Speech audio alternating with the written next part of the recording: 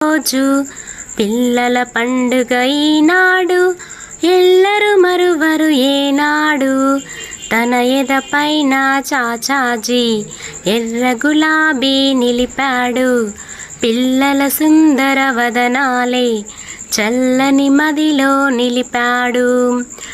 దేశం కోసం వెలిశాడు, దేశ ప్రగతి సాధించాడు. శాంతి కపోతం ఎగరేసి విశ్వశాంతిని చాటాడు. చల్లని ప్రేమను నింపాడు, బాలల మదిలో నిలిచాడు. భారత నేతగా వెలిశాడు, భారత రత్నం అయ్యాడు. భారత నేతగా వెలిశాడు, భారత రత్నం అయ్యాడు.